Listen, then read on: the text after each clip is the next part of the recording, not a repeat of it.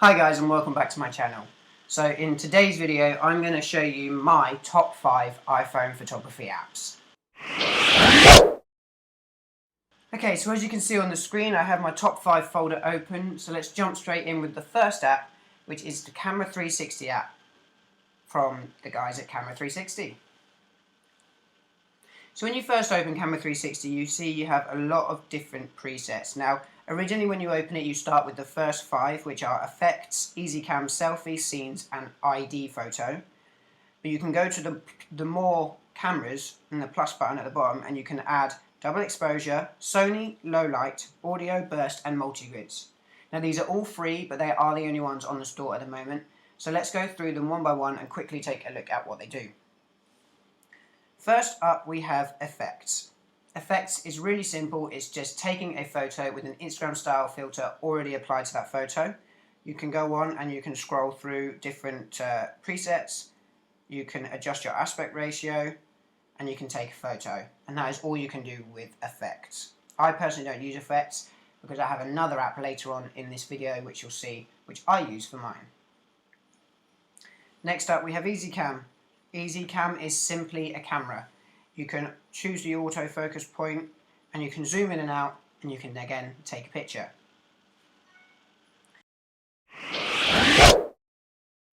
Next up we have Selfie Cam. Selfie Cam pretty much speaks for itself. It flips to the rear facing camera so it's looking at you, and you can change the skin softening of the picture, and when you smile it will take a picture.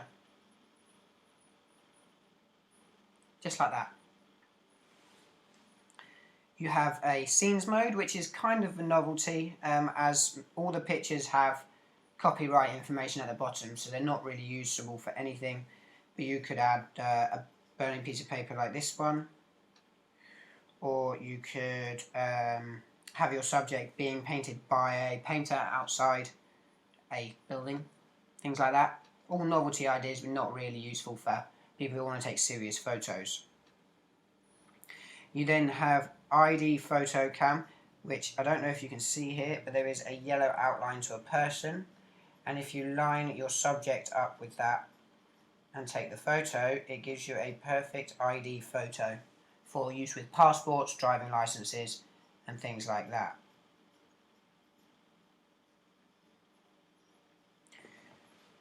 After that is the first one of the ones I personally downloaded, and that is a double exposure cam.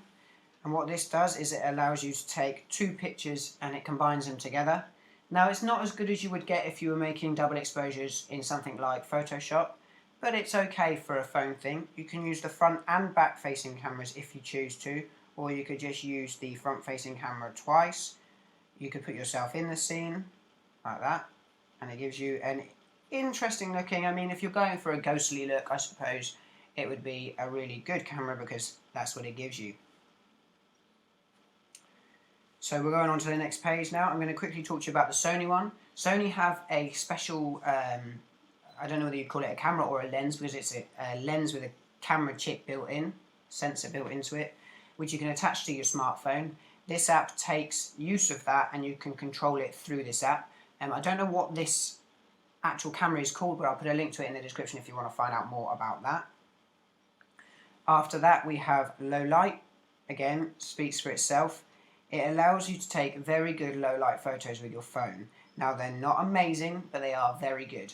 It slows the shutter speed down quite a lot, so if you have a shaky hand you might be better putting this on a tripod or having someone else, steady you or brace yourself. Anything you can do to steady the camera will help, because it slows the shutter speed down so much that you will get light streaks or light paintings if you shake or if you're not still for the amount of time it takes to take the photo. But I've managed to take a few good low light photos with this, so I'm very impressed. After this we have audio, burst and multi-grids. Like I said, most of these speak for themselves. Audio is just a dictaphone or record or an audio source. Burst takes a bunch of photos at once and combines them into one. And multi-grids allows you to take either 2 photos side by side. In fact, I'll just show you. 4 photos in a square and combine them into one. 4 in vertical lines or 4 in horizontal lines. So they're all the effects that I have got for Camera 360. They are all the effects that They are all the effects that are available at the moment. If you go into more cameras, you can scroll through, but I have them all. There probably will be more brought out. I would imagine in the future some of them you will have to pay for and some will be free, depending on how complex they are for the coders and programmers to make. So that's Camera 360 app. Let's jump back out and go into number 2 of my top 5. Okay, before I jump into this next one, I just want to let you know that this top 5 isn't done in a specific order. These are just my top 5 apps. There isn't a 1 to 5. If you want that, I can do that for you. Let me know and I'll write it in the description below what I think is the best to, 5th best. But at the moment, these top 5 are just my 5 favourite camera apps. So next up, we have Mix. Now, Mix is made by the guys at Camera 360. And this is also the reason that I mainly use the Easy Cam in the Camera 360 app, because Mix allows you to create your own Instagram style filters. So you'll notice here I have a picture which I took at work. I'm just going to zoom in on the sea and palm trees there and crop it in. Now this is the only problem I have with Mix, is that you have to crop to a square because it allows you to upload to Instagram. I wish you could keep it at its original aspect ratio, but unfortunately you can't as far as I am aware. So now you'll notice within the screen I have a load of options at the bottom. Original, Skylight, Alien, Tulip, Lagoon, all these different presets, but I personally don't use that. If you want to make your own Instagram style filters, all you have to do is hit Mix. Then you get a load of options at the bottom, from film to HDR, cartoon, sky, bit black and white and things like that. I'm going to go into sky, as this is mainly a picture of the sky, and show you what sort of things you can do with this app. You can superimpose different skies onto it. There's a lot of options there. So let's say I like that one. You can then hit into it. You can change the strength of what you've added to it as well. If you hit on it, you can lower it or heighten it. I like it to be strong. You then go into adjust and you have all your regular photography editing settings: level, skin enhance, sharpen, temperature, tone, and things like that. You can then hit aperture and it will allow you to give it a DSLR style blur to it. You choose the center blur and which aperture size you want to replicate, if you want to zoom in or focus in, should I say, on a specific part of the picture. Or you can choose a aligned one, which will give you this tilt shift effect to your images. You can turn it round, have it diagonally, horizontally, vertically, and all that goodness. You can then change the texture, so you can add lens flare, stage lights, or light leaks. They're all very good. I'll jump into stage lights just for now to show you, let's say stage 9, gives you a downward beam of light onto your picture. You can fine tune your colours, and you can also tint the shadows, midtones, and highlights of your images on here. You can then either save the photo that you've just edited, which I do often, or you can save the formula.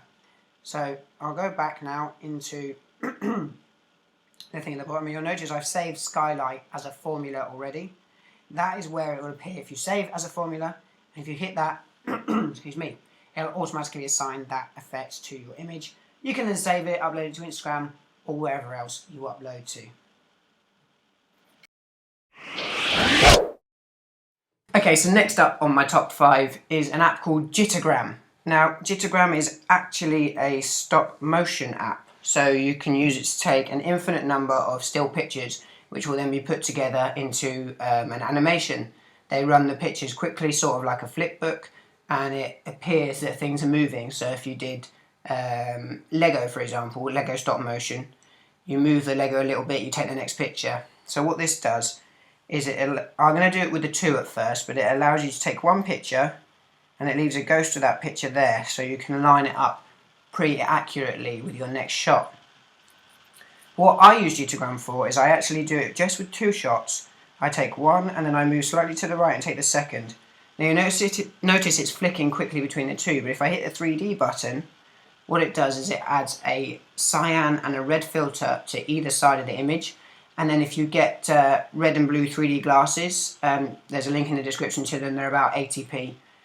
You can then view the images in 3D. I just think it's kind of quirky, kind of cool. You can save it, you can upload them anywhere. Everywhere is able to display these, even if you printed them off. I think they would still look 3D. So that's Jittergram, that's what I use Jittergram for, but I know a lot of people will use it for stop motion animation It's actually very, very good for that as well. Fourth on my list is Flickr. Now, I have chosen Flickr over Instagram because I like the fact that you can upload full res images. You don't have to crop them to a square, such like this one of a moth that I took when my parents were here on holiday. You can share it the same as you can with Instagram. You can follow people and people can follow you. I just prefer it to Instagram because of being able to upload those full res images. And last, but by no means least on this list, is an app called Fope. That's Fope, spelled like soap, but with an F. And what Fope is it's actually very much like an Instagram app. You can browse through hundreds of photos, but they're by people you don't know. And it also has its own marketplace.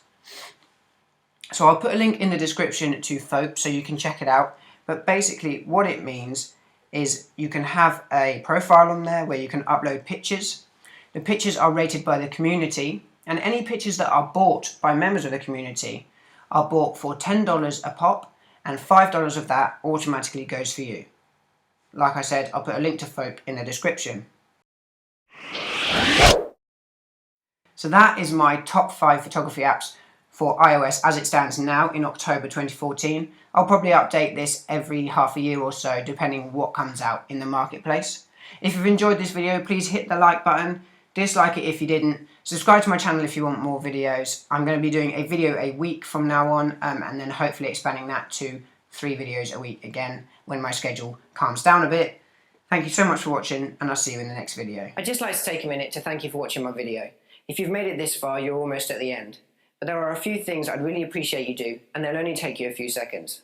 So firstly, check out the video description to this video and my other videos. There are tons of great links down there, including a link to Amazon. Now basically, if you use my Amazon link when you buy things through Amazon, it means I get a tiny commission based on your sale. I've also created a new campaign through patreon.com/George Slade.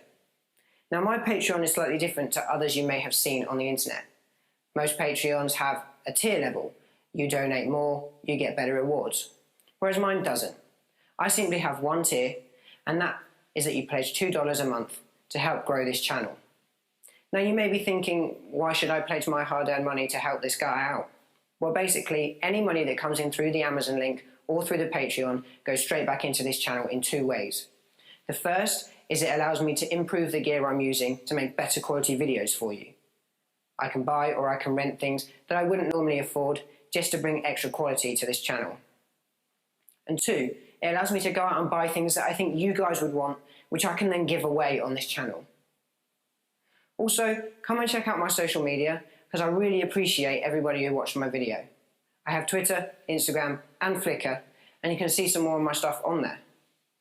Again, thank you so much for watching my videos. Seeing the views, the subscribers and the comments go up and replying and interacting with you guys is absolutely fantastic, so I really appreciate it.